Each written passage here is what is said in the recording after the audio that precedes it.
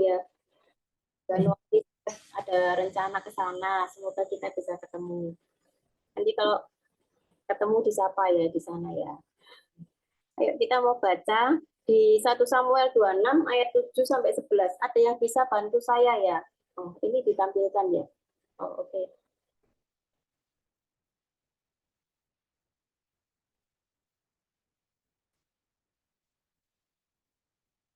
Oh, oke. Yuk kita baca ya. Di 1 Samuel 26 ayat 7. Saya kasih prolog dulu cerita tentang di Samuel 26 ini. Jadi ceritanya, suara saya jelas ya tapi ya.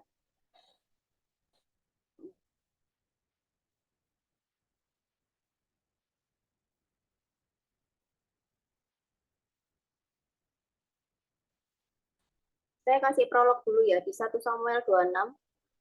Ini ceritanya adalah Daud ini sedang melarikan diri karena dia dikejar-kejar oleh Saul untuk dibunuh.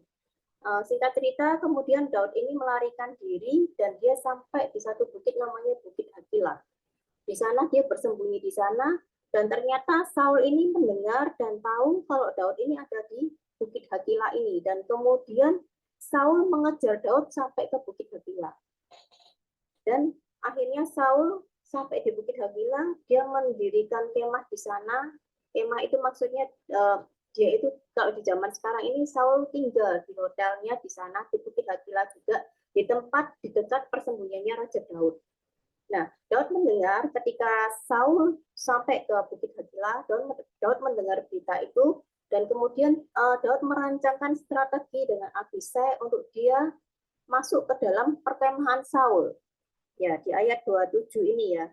Jadi kita baca, datanglah Daud dengan Abisai kepada rakyat itu pada malam hari. Dan tampaklah di sana Saul berbaring tidur di tengah-tengah perkemahan dengan tombaknya terpacung di tanah pada sebelah kepalanya. Sedang Abner dan rakyat itu berbaring mengelilinginya.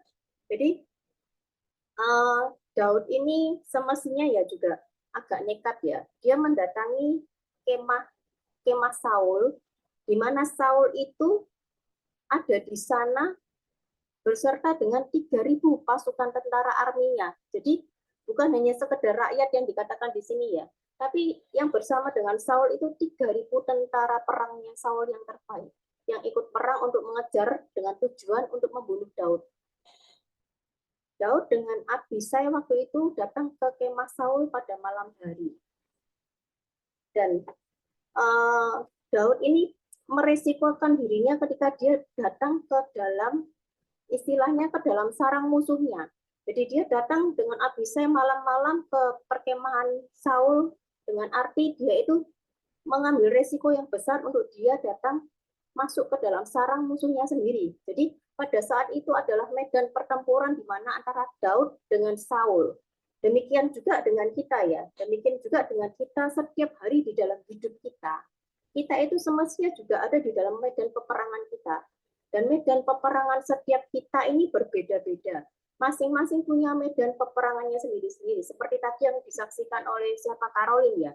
Jadi thank you, ternyata sharingnya juga nyambung dengan apa yang akan saya sampaikan malam ini. Jadi setiap kita punya medan peperangan kita masing-masing. Dan medan peperangan kita masing-masing itu berbeda-beda. Apa sih medan peperangan itu? Medan peperangan kita itu apa? Ya, medan peperangan itu melawan peperangan melawan semua hal yang tidak berkenan di hadapan Tuhan. Jadi medan peperangan kita itu melawan segala apa yang Tuhan tidak sukai dan itu tidak berkenan di hadapan Tuhan. Apa yang termasuk di dalam dosa? Ya, contohnya ya perang melawan segala kenajisan, kesombongan, iri hati, kepahitan, kesombongan, bahkan ketidakkudusan. Itu adalah salah satu dari sekian banyak medan peperangan di mana setiap hari itu kita bergulat dan bergumul dengan peperangan untuk melawan hal-hal seperti itu yang tidak berkenan di hadapan Tuhan.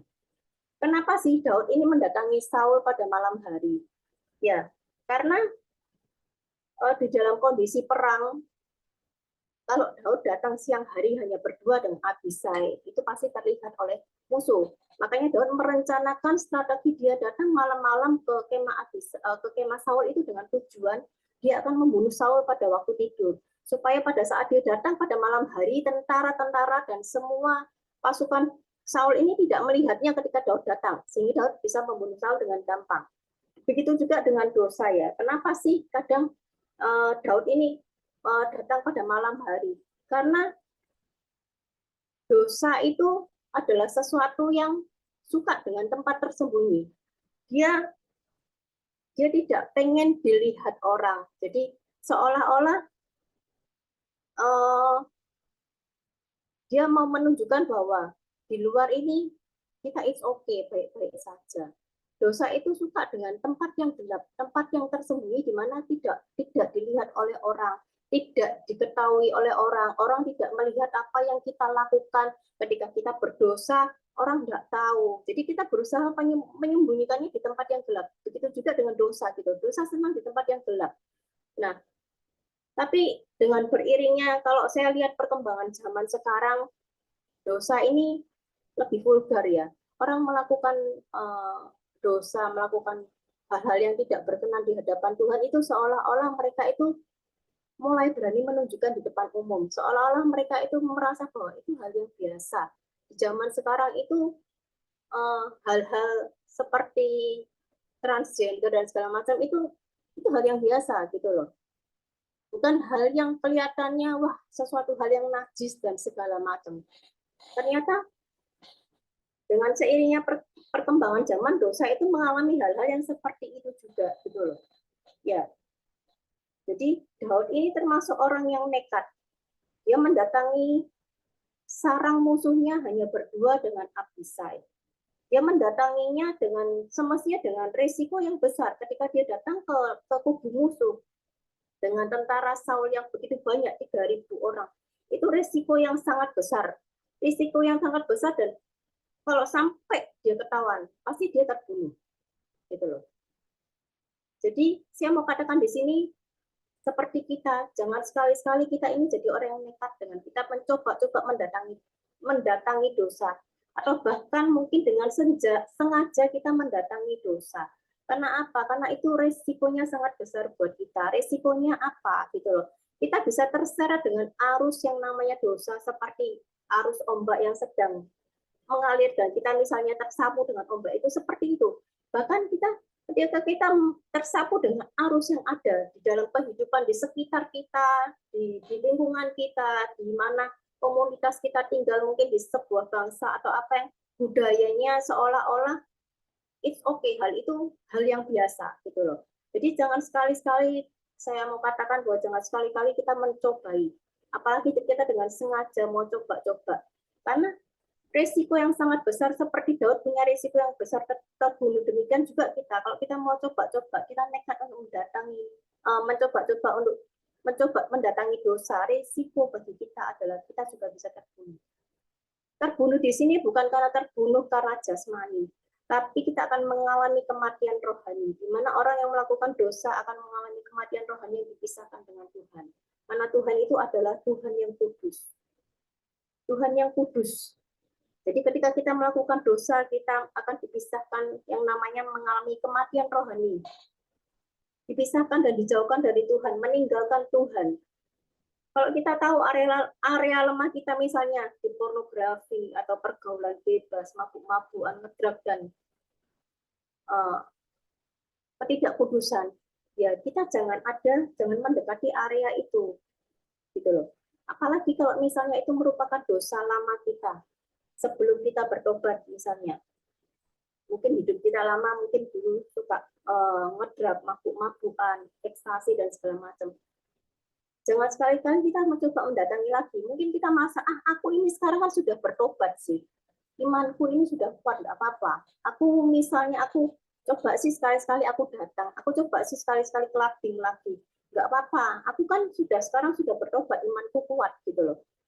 Saya mau katakan bahwa sebesar apapun iman kita, yang namanya kalau itu yang namanya arus dosa itu bisa menyeret siapapun. Karena setiap kita tidak ada orang yang kebal dengan dosa. Oleh karena itu, jangan coba-coba kita mendatanginya. Mungkin itu bukan dosa lama kita. mungkin itu hal yang baru buat kita gitu loh. Aku mau coba-coba sih, misalnya kita mau coba apa, aku mau coba sih clubbing, mabuk-mabukan, dugem dan segala macam. Aku mau coba sekali aja. Yang namanya coba, kalau kita sudah merasakan kenikmatan yang namanya dosa, akan ada yang namanya kedua kali. Mungkin kita berkata kepada Tuhan, Tuhan, aku mau ya coba sekali lagi, kan kita sudah merasakan kenikmatannya. Sekali lagi, setelah itu aku akan bertobat. Aku akan berbalik ke jalan yang benar. Belum tentu loh kita bisa kembali. Kalau kita sudah merasakan namanya kenikmatan dosa, kalau ada yang kedua, ada yang ketiga, dan keempat.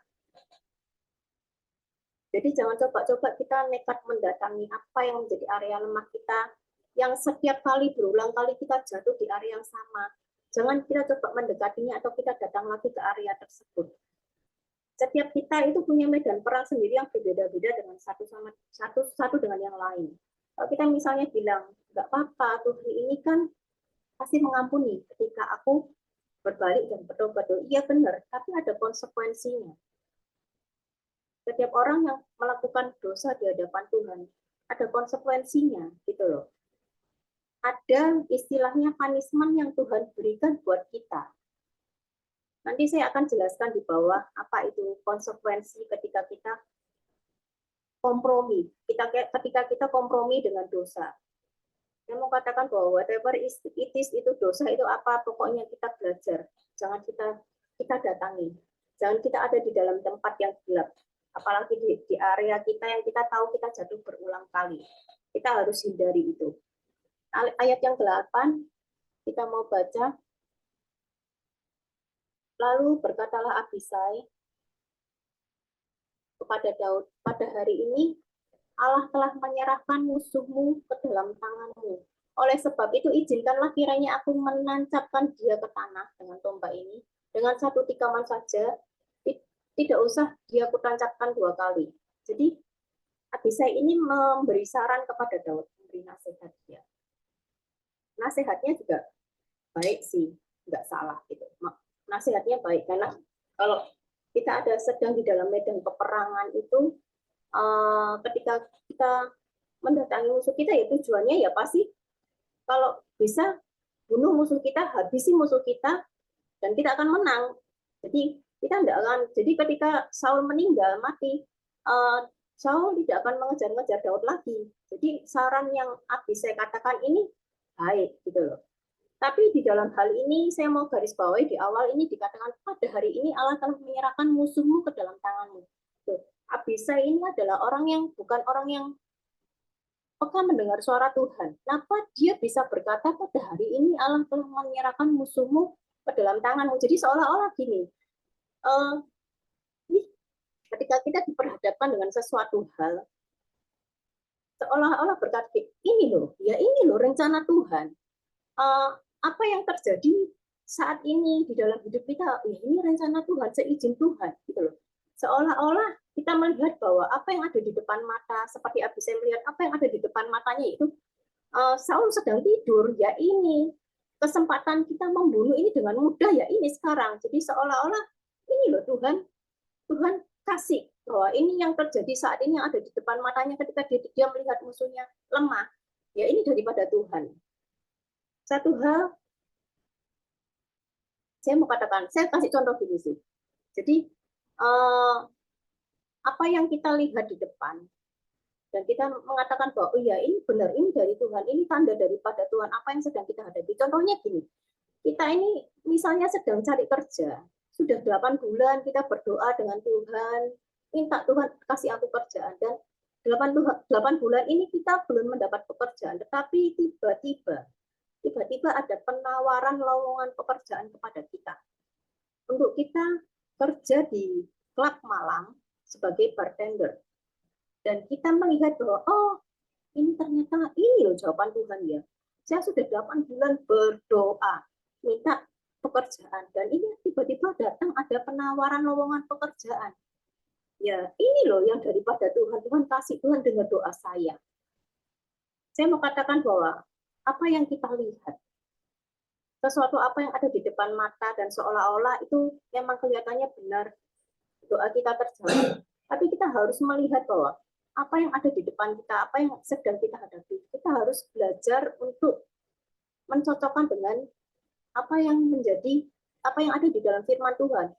Selaraskan dengan apakah itu sesuai dengan hati Tuhan, apakah ini benar dari Tuhan, apakah itu berkenan daripada Tuhan. Kalau misalnya ada penawaran kerja di klub sebagai bartender dan kerja malam, ya otomatis itu sesuatu hal yang tidak berkenan di hadapan Tuhan, yang tidak selaras dengan kehendak Tuhan. Begitu juga dengan Abisai ini, dia mengatakan bahwa ini loh daripada Tuhan. Jadi hati-hatilah kita dengan siapa kita meminta nasihat, itu juga penting sekali buat kita. Dengan siapa kita bergaul, dengan siapa kita meminta nasihat. Tidak semua nasihat yang baik itu benar di hadapan Allah. Tetapi nasihat yang benar di hadapan Tuhan itu pasti baik. Jadi kita harus benar-benar jeli, benar-benar cross and recheck apa yang kita terima, nasihat yang kita terima, apakah benar-benar itu sesuai dengan kehendak Tuhan atau tidak. Jadi kita harus belajar hati-hati dengan orang, dengan siapa kita akan meminta nasihat. Kalau misalnya kita ada di dalam pergumulan, misalnya kita ada di dalam masa keluarga, ya nggak mungkin kita minta nasihat kepada orang yang bercerai. Itu so pasti gitu loh. Kalau misalnya kita bingung, sedang diperhadapkan untuk mengambil sebuah keputusan, apakah A atau B, dan kita bingung mana yang terbaik gitu loh. Kita nggak mungkin minta nasihat kepada orang yang wah ini orang yang tidak di dalam Tuhan, orang yang suka ngedrak, orang yang suka mabuk-mabukan dan segala macam. Satu hal yang pasti ketika kita ada di dalam pergumulan dan membutuhkan nasihat, datanglah kepada pemimpinmu, kepada leadermu, kepada CGL yang ada. Jangan kepada orang yang lain. Pastikan bahwa Anda datang kepada pemimpin Anda. Dan seharusnya dan sepatutnya memang seperti itu. Kenapa sih saya mau berkata bahwa pemimpin Anda itu juga berjaga-jaga atas hidup Anda. CGL-mu itu berdoa dan berjaga-jaga atas hidupmu. Jadi kalau misalnya kamu ada masalah, ada pergumulan, ya sebaiknya dia mengetahuinya dan kamu bisa, yang pertama-tama mungkin kamu bisa mendatangi keluargamu sendiri. Kalau memang tidak ada kata sepakat, tidak ada yang bisa mengambil keputusan, datanglah kepada leadermu. Karena dia berjaga-jaga atas hidupmu dan sebaiknya dia juga mengerti apa yang menjadi pergumulanmu supaya dia bisa mensupport kamu di dalam doa, di dalam nasihat dan segala macam. Jadi datanglah kepada orang yang tepat. Tidak semua orang itu bisa kamu ceritain, tidak semua orang itu bisa kamu mintain nasihat, dan nasihat yang baik itu tidak selalu itu berkenan dan benar di hadapan Tuhan. Seperti Abisai ini nasihatnya tidak salah gitu loh. Dia nasihatnya juga baik gitu loh, tapi itu tidak sesuai dengan kehendak Tuhan gitu loh. Nah, gimana respon Daud? Kita mau lihat respon Daud di ayat yang ke-9. Tetapi kata Daud kepada Abisai, jangan musnahkan dia, sebab siapakah yang dapat menjamah orang yang diurapi Tuhan dan bebas dari hukuman. Jadi di ayat 9 ini kita tahu dengan tegas Daud langsung bilang, jangan, tidak. Nasihat yang baik nasihat yang baik tapi tidak sesuai dengan kehendak Tuhan. Jadi Daud tahu bagaimana dia ketika diperhadapkan dia harus memilih dan mengambil keputusan. Ya dan tidak. Tapi dia tetap memilih apa yang menjadi hal yang berkenan di hadapan Tuhan. Dan dia menolak dengan tegas kalau itu memang tidak berkenan di hadapan Tuhan dan itu dosa. Jadi sekarang dia memilih untuk lebih mendengarkan suara Tuhan daripada nasihat Abisai. Dia memilih apa yang baik dan apa yang sesuai dengan firman Tuhan daripada dia mengikuti nasihat orang. Memang nasihat baik, tapi itu tidak seturut dengan kehendak Tuhan. Karena Daud tahu bahwa Saul ini adalah raja yang dipilih Tuhan. Dan Tuhan mengurapi Saul. Dan Daud tahu itu, makanya dia belajar bahwa ini tidak benar. Ini tidak benar. Meskipun ada kesempatan untuk aku membunuh dia, dan itu selesai, dia menang, dia tidak dikejar-kejar Saul. Dan seolah-olah ketika kita ada penawaran untuk diajak teman dan segala macam untuk melakukan sesuatu hal yang memang kelihatannya tidak apa-apa, cuma begitu aja, it's okay gitu loh. Tapi kita harus berani menolak dan berkata tegas kalau memang itu mendukakan hati Allah dan tidak berkenan kepada Allah. Kita harus berani berkata tidak. Mungkin kalian di sana sebagai anak-anak Tuhan yang mau hidup sungguh-sungguh itu orang-orang yang ada di sana itu adalah menjadi orang-orang yang minoritas di sana. Mungkin ada beberapa gereja di sana yang sudah mulai kompromi dan melegalkan apa yang salah di mata Tuhan dan menganggap seolah-olah apa yang dilegalkan itu benar dengan lisan mengikuti perkembangan zaman saat ini. Nilai-nilai Alkitab mulai dierosi sedikit demi sedikit. Misalnya, mungkin kalau di sana nggak apa-apa, cerai itu hal yang biasa. Mungkin di kalangan di Eropa, di orang-orang Barat, cerai itu merupakan hal yang biasa. Tidur bersama di dalam satu rumah belum menikah itu adalah hal yang biasa. Jadi kadang menganggap bahwa hal-hal seperti itu adalah merupakan satu budaya yang biasa di sana. Dan itu mereka menganggap hal yang bukan berbuat dosa. Tapi satu hal ketika kita bertobat dan kita menjadi anak, kita mengambil komitmen untuk menjadi anak-anak Tuhan dan hidup sungguh-sungguh di dalam Tuhan. Budaya yang kita anut di seluruh dunia itu adalah satu dan sama. Bukan berbeda-beda di dalam setiap negara, misalnya budaya di Indonesia dengan budaya di Eropa. Itu berbeda. Mungkin di Indonesia hal-hal seperti itu masih dibilang seperti hal yang tabu gitu ya. Tapi ketika kita bertobat dan mengambil komitmen untuk kita benar-benar sungguh-sungguh di hadapan Tuhan, kita hanya punya budaya yang satu sama di seluruh dunia sebagai anak-anak Tuhan, yaitu budaya kerajaan surga. Kalau memang di satu bangsa ada budaya yang baik dan itu sesuai selaras dengan firman Tuhan, ya enggak apa-apa kita pakai. Tetapi selama budaya yang ada itu tidak sesuai dengan firman Tuhan, kita tidak akan mengikutinya, karena kita punya budaya sendiri, yaitu budaya kerajaan surga, di mana kita mau belajar hidup kudus dan takut akan Tuhan di dalam setiap kehidupan kita. Dimanapun kita ada, dimanapun kita ditempatkan, kita punya satu budaya, yaitu budaya kerajaan surga yang harus kita pegang dalam hidup kita. Mungkin kalau lihat orang-orang Kristen di sana mungkin masuk klub, mabuk-mabukan itu hal yang biasa. Mungkin kita dengar dari orang, nggak apa-apa, kamu clubbing, kamu mabuk-mabukan, kan nanti kamu hari Minggu ke gereja. Mungkin orang-orang di sana hal itu biasa ya. Hari Minggunya mereka ke gereja, tapi hari biasa mereka mabuk-mabukan, mereka clubbing, mereka bilang, nggak apa-apa, ini budaya di sini. Pokoknya yang penting kan kamu hari Minggu ke gereja. Kamu nggak meninggalkan Tuhan. Kamu tetap datang ke gereja hari Minggu, kamu tetap ikut CG, dan segala macam. Tapi di hari-hari yang lain kamu melakukan itu kan paling kamu cuma 1 kali, 2 kali, sehari 2 hari sih.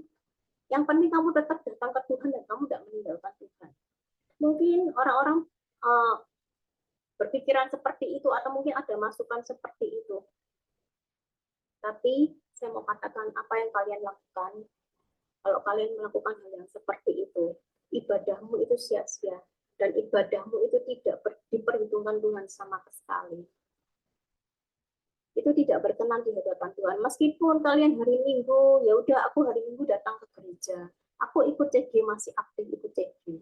Tapi di hari-hari lain ketika kalian diperhadapkan dengan kehidupan realita kondisi yang ada, situasi yang ada di masing-masing tempat di kalian masing-masing, kalian menghalalkan hal-hal yang tidak berkenan di hadapan Tuhan. Sesungguhnya ibadah yang kalian lakukan itu tidak diperhitungkan Tuhan sama sekali. Dan itu adalah sebuah kesia-siaan. Karena Tuhan melihat setiap ibadah kita itu dari hati kita. Bukan hanya cuma kita sekedar hadir di dalam ibadah, di dalam gereja, di dalam CG. Itu kan istilahnya kayak ini ya, kalau di Indonesia ini kan ada ya namanya sales, datang pagi jam kerja ceklok jam 8, ceklok setelah itu keluar ya bilangnya ke klien kemana dan segala macam, tapi ujung-ujungnya ada yang pulang tidur atau mungkin ngopi ngobrol-ngobrol dan kerjanya paling di luar cuma sejam 2 jam. Setelah itu jam pulang kerja dia kembali ke kantor ceklok lagi. Kita nggak ada bedanya dengan orang yang seperti ini. Jadi kita datang ke gereja cuma mau ceklok aja, mau ngisi absensi bahwa aku ini minggu ke gereja. Tapi sesungguhnya Tuhan tidak melihat dan tidak memperhitungkan apa yang kita lakukan. Karena Tuhan melihat hati kita, Tuhan melihat respon hati kita, motivasi kita ketika kita datang kepada Tuhan. Apakah dengan motivasi yang murni, motivasi yang benar-benar sungguh-sungguh mengasihi Dia dan takut akan Tuhan. Takut akan Tuhan di dalam setiap jalan-jalan kita. Ya, kita mau lanjut baca ke ayat yang ke-10 dan 11. Lagi kata Daud, demi Tuhan yang hidup, niscaya Tuhan akan membunuh dia, entah karena sampai ajalnya mati, entah karena ia pergi berperang dan hilang lenyap di sana. Ayat 11, kiranya Tuhan menjauhkan daripadaku untuk menjamah orang yang diurapi Tuhan. Ambillah sekarang tombak yang ada di sebelah kepalanya dan kendi itu, dan marilah kita pergi.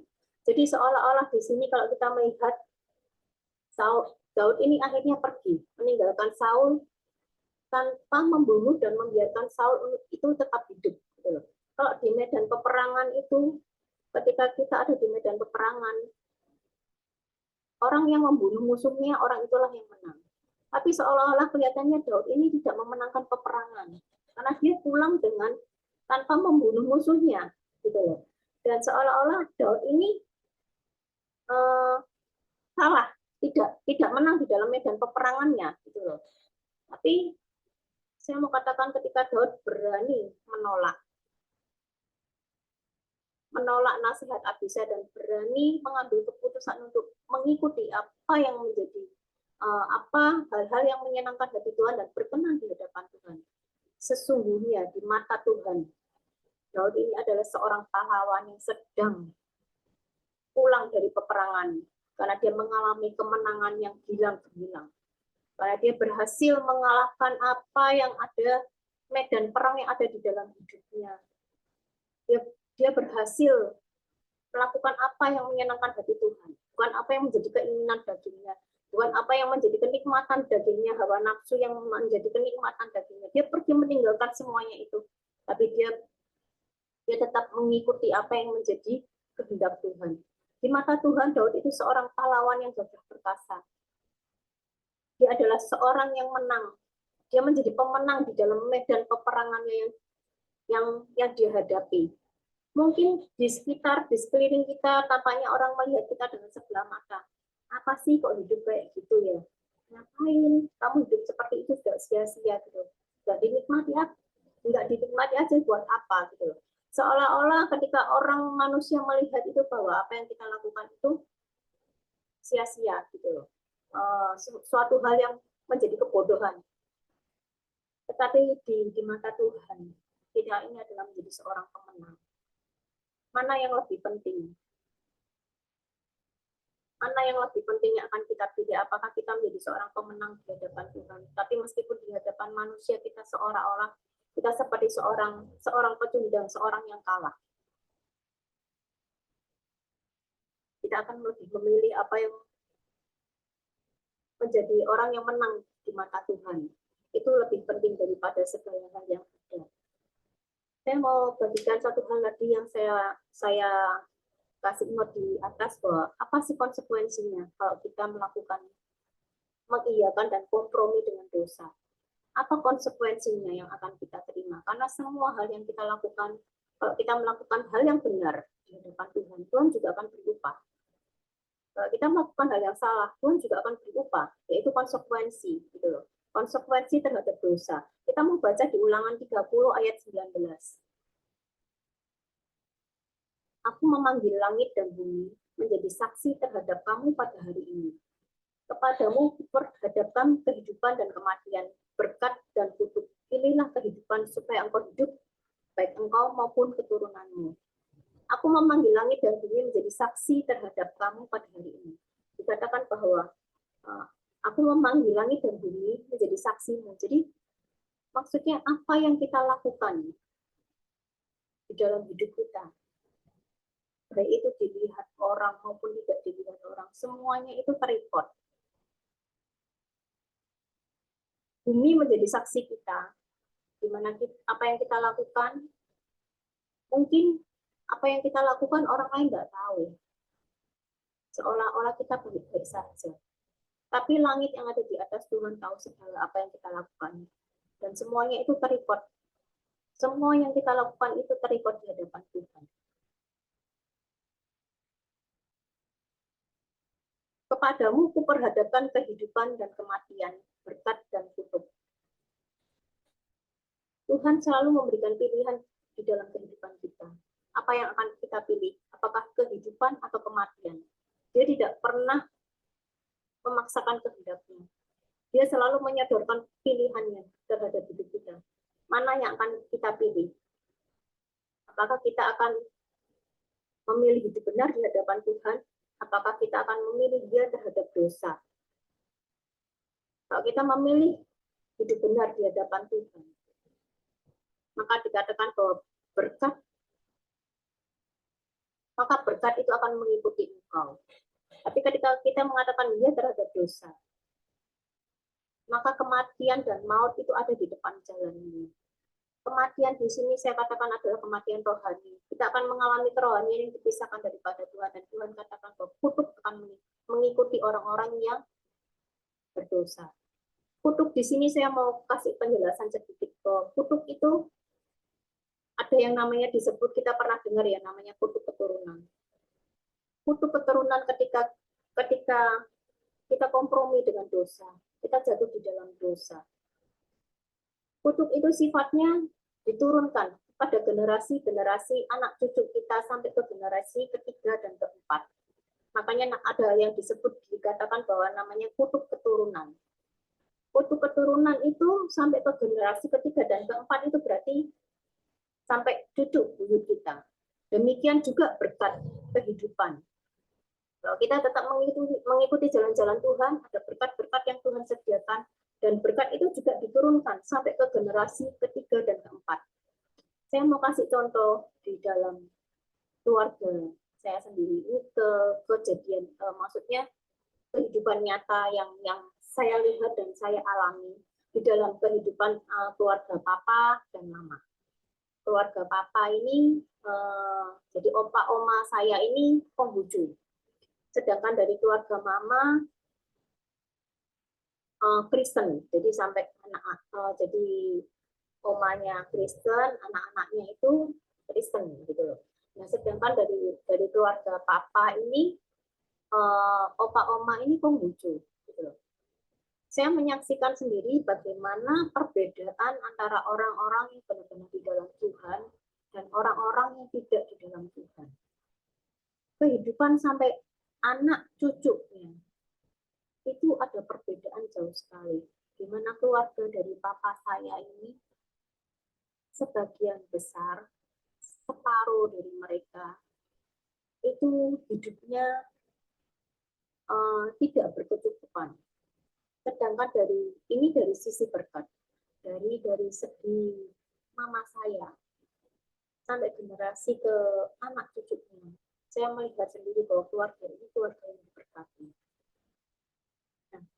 Nah, saya mau breakdown lagi dari anaknya, dari tadi kan opa oma ya, dari anaknya ada anaknya opa oma ini yang Konghucu. Saya lihat bahwa garis keturunannya dari orang-orang, dari anak-anaknya mereka ini hidupnya amburadul. Anaknya 2 itu mati muda pada saat usia muda, kira-kira umur 20-an. Yang satu mati karena HIV AIDS. Yang satu mati karena juga nggak jelas, karena katanya sih ginjal. Dan anaknya yang satu lagi kawin dengan orang dari agama seberang. Jadi saya melihat bahwa pohon kehidupannya itu, keturunannya itu orang-orang yang tidak takut akan Tuhan. Itu jelas sekali ada istilahnya benih-benih kutuk yang diturunkan ke anak-anaknya. Terus ada lagi om saya ateis, bukan Kristen, bukan juga dari agama seberang. Jadi tante saya ini sempat melarikan diri, nggak tahu kemana, nyeleweng atau selingkuh saya juga kurang jelas, sampai akhirnya kembali pulang dalam kondisi hamil. Dan anak-anak mereka sampai hari ini saya lihat ada satu yang juga istilahnya itu kasarannya minggat dari rumah, lari dengan laki-laki lain. Dan anaknya yang satu lagi, anaknya itu tinggal serumah dengan orang yang belum menikah dengan dia, dan calon suaminya ini adalah seorang yang bercerai dengan yang sudah bercerai gitu loh. Jadi saya melihat ketika orang-orang yang di luar, orang-orang yang tidak ada di dalam tidak takut akan Tuhan, itu generasi itu benar-benar terjadi turun sampai ke anak cucu mereka. Jadi kutuk itu benar-benar ada dan turun sampai ke anak cucu mereka, gitu loh. Dan saya mau katakan bahwa ketika orang-orang itu berani hidup benar di hadapan Tuhan, anak cucunya juga akan mengalami dan mewarisi berkat-berkat yang terbaik daripada Tuhan. Mungkin ada yang kita ngomongin, ya udah kalau gitu nggak usah punya anak aja, jadi kan nggak ada kutuk keturunan dong. Biar aku nikmati sendiri aja, sekarang aku mau nikmati dosa, mau berbuat apa ya sesukaku. Aku nggak punya anak, kan tidak ada kutuk yang turun ke anak cucuku, selesai sampai di aku. Ya oke sih, nggak apa-apa. Memang nggak ada kutuk yang turun ke atas kamu. Tapi hidup kita itu ada di ujung maut. Kita sudah dipisahkan daripada Tuhan. Kalau kamu mau berkata, ya Tuhan itu kan maha pengampun, benar, Tuhan itu maha pengampun.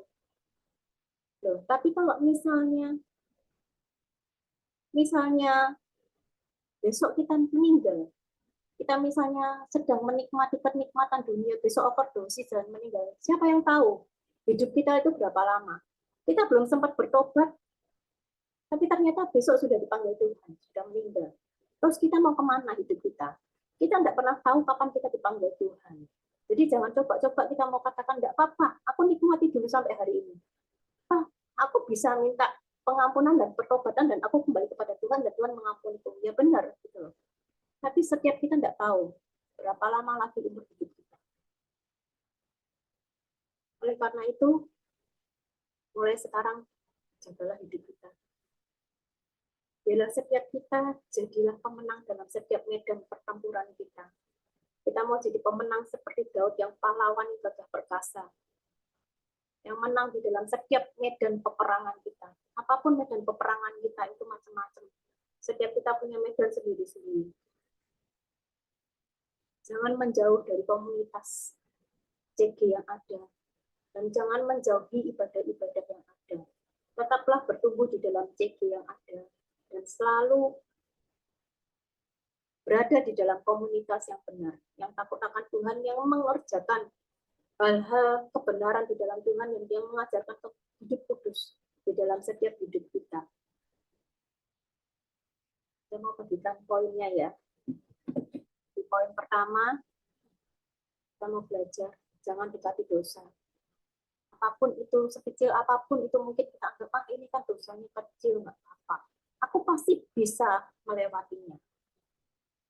Aku pasti bisa kembali kok. Ini cuma gini aja, gampang. Kita nggak tahu bahwa arusnya yang seberapa besar yang akan menyapu hidup kita, yang menyeret hidup kita, kita nggak tahu. Gitu. Apakah kita masih tetap bisa bertahan di dalam arus seperti itu? Yang kedua, mintalah nasihat kepada orang yang tepat, yaitu leader-leader yang ada di atas kita, yang Tuhan sudah percayakan di dalam hidup Anda. Pilihlah untuk hidup kudus di hadapan Tuhan. Kalau memang kita diperhadapkan dengan pilihan kehidupan atau kematian, kita pilihlah selalu untuk hidup kudus, selalu kehidupan, maka berkat itu akan mengikuti hidup kita. Ya, itu aja. Kita mau nyanyikan sebuah lagu. Saya minta siapa Maureen ya bantu ya. Saya minta bisa nggak kalau apa ini namanya wajahnya ditampilkan semua. Kita mau berdoa buat kalian sebentar lagi supaya saya juga bisa mengenal kalian satu persatu. Kalau enggak keberatan bisa ditampilkan semuanya. Kita mau nyanyikan lagu ini ya dengan segenap hati kita. Kita mau rendahkan hati kita. Kita minta Tuhan buka setiap hati kita, selidiki setiap hati kita. Mungkin kalau ada hal-hal dosa-dosa di masa lalu yang mungkin kita nggak ingat hari-hari ini, minta Tuhan bukakan, singkapkan, Tuhan ingatkan. Yuk kita nyanyikan lagu ini sama-sama ya.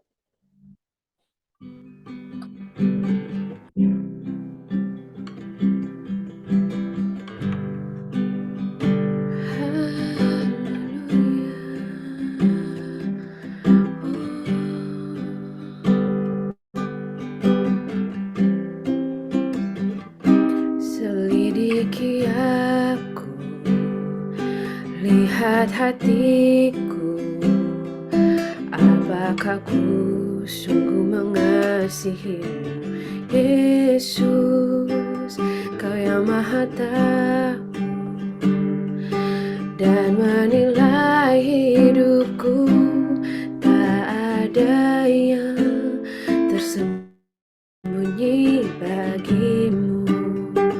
Selidiki aku, lihat hatiku, apakah ku sungguh mengasihimu, Yesus, Kau yang Maha Tahu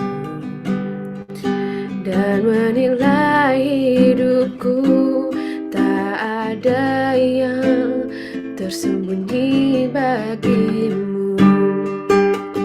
Telah ku lihat kebaikan-Mu yang tak pernah habis di hidupku. Ku berjuang sampai akhirnya Kau dapati aku tetap setia. Telah ku lihat kebaikan-Mu yang tak pernah habis di hidupku. Ku berjuang sampai akhirnya Kau dapati aku tetap setia.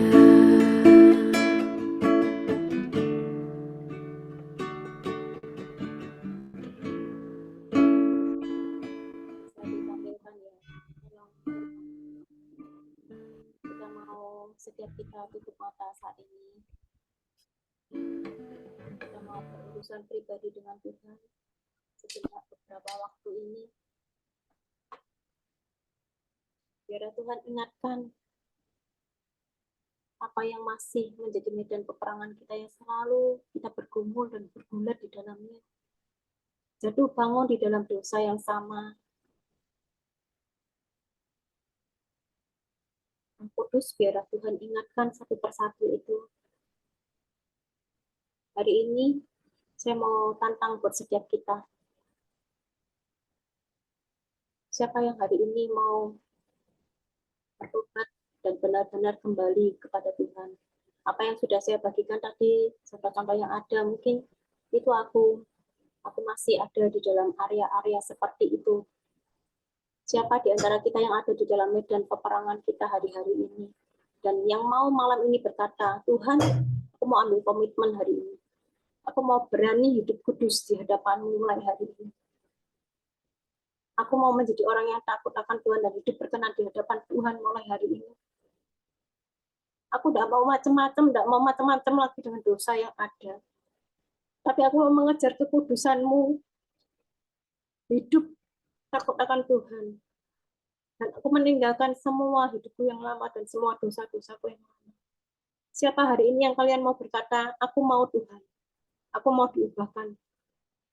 Saya minta saudara-saudara angkat tangan yang benar-benar hari ini mau ambil komitmen di hadapan Tuhan.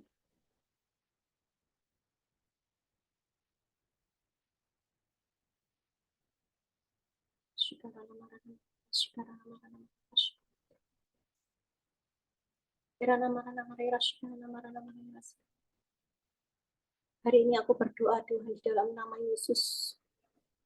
Biar setiap orang-orang yang mengangkat tangan hari ini di dalam nama Yesus, perkatakan Tuhan mengangkat mereka dari setiap jalan-jalan mereka yang salah di dalam nama Yesus. Biarlah mereka kembali kepada jalan yang benar di dalam nama Yesus.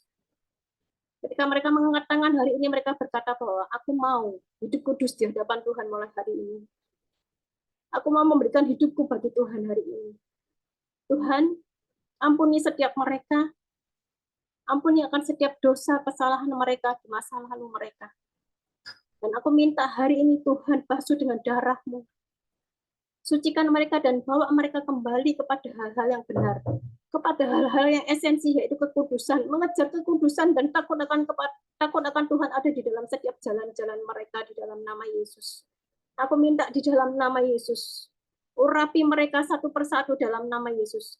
Jagai setiap langkah-langkah hidup mereka Tuhan di hari-hari ke depan. Supaya benar-benar mereka berjalan dari satu jalan kepada jalan berikutnya dengan takut akan Tuhan. Pakai mereka, urapi mereka, dan berikan mereka kekuatan Tuhan. Kami berdoa di dalam nama Yesus. Kami berdoa Tuhan di dalam nama Yesus buat orang-orang hari ini yang menyerahkan dan ambil komitmen di hadapan-Mu Tuhan. Aku berdoa, jadikan mereka manusia-manusia baru mulai hari ini di dalam nama Yesus. Tuhan mengampuni-Mu, Tuhan mengasihi-Mu. Dan Tuhan tidak pernah meninggalkan Engkau. Jangan kembali kepada hidupmu yang lama ketika engkau komitmen hari ini, mengambil keputusan untuk benar-benar hidup sungguh-sungguh di dalam Tuhan. Takutlah akan Tuhan di dalam setiap jalan-jalanmu. Tuhan mengurapi engkau, Tuhan menyertai engkau, Tuhan memberikan engkau kekuatan di dalam nama Yesus. Terima kasih Tuhan, kami berdoa, pakai mereka Tuhan di hari-hari ke depan. Supaya mereka menjadi orang-orang yang berkemenangan di dalam setiap jalan-jalan mereka, berkemenangan di dalam medan peperangan mereka. Pakai mereka lebih lagi menjadi orang-orang yang menjangkau jiwa, yang mengerjakan visi Tuhan. Balikkan setiap apa yang menjadi kelemahan mereka, menjadi sesuatu yang menjadi orang-orang yang mengerjakan visi Tuhan, yang mengejar hidup kudus dan takut akan Tuhan, dan mengerjakan visi Tuhan dengan sungguh-sungguh di dalam nama Yesus. Terima kasih Tuhan, kami serahkan setiap mereka ke dalam tangan-Mu. Ya, di dalam nama Yesus kami berdoa dan mengucap syukur Tuhan. Amin. Amin.